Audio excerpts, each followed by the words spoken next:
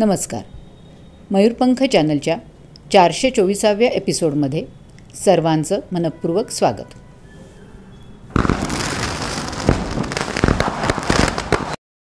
विषय आहे गेले वर्षभर महाराष्ट्रात धुमाकूळ घातलेल्या, खास करून महिला वर्गात अत्यंत उत्कंठावर्धक ठरलेल्या मुख्यमंत्री माझी लाडकी बहीण या योजनेसंदर्भातील EKYC. सर्व लाडक्या बहिणींनी हा एपिसोड काळजीपूर्वक ऐकावा आणि शेवटपर्यंत पाहावा. जवळपास 2,36,00,000 लाभार्थी महिलांपैकी निम्म्यांच्या आसपास महिलांची EKYC पूर्ण झाली आहे. EKYC सरकारने मॅन्डेटरी केली आहे. त्यासाठी पुढे दिलेल्या वेबसाईटवर जावे लागते. ह्यूज ट्रॅफिकमुळे ती दिवसा ॲक्सेसिबल होत नाही. त्यामुळे रात्री 1 ते 5 या वेळेमध्ये पेशंटली किंवा संयमाने पुन्हा पुन्हा प्रयत्न करावे लागतात.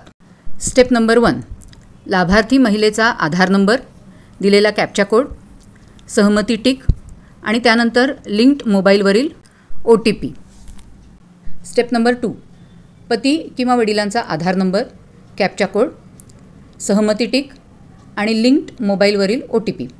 विवाहित महिलांसाठी पतीचा आधार नंबर लागेल आणि अविवाहित महिलांसाठी वडिलांचा आधार नंबर लागेल. स्टेप नंबर 1 आणि 2 दोन्हीमध्ये आधार नंबर आणि लिंक्ड मोबाईलवर येणारा OTP महत्त्वाचा. स्टेप नंबर 3, जात प्रवर्ग निवडा आणि 2 इम्पॉर्टंट डिक्लेरेशन्स द्या, हो किंवा नाहीमध्ये. फर्स्ट डिक्लेरेशन, सरकारी वेतन किंवा निवृत्ती वेतन कुटुंबीय घेत नाहीत, आणि दुसरे डिक्लेरेशन, कुटुंबात फक्त 1 विवाहित आणि 1 अविवाहित महिला लाभार्थी आहेत. वरील माहितीसाठी मी जबाबदार टिक करा आणि EKYC पूर्ण झाली असा ग्रीन बॅकग्राऊंडवर मेसेज येतो.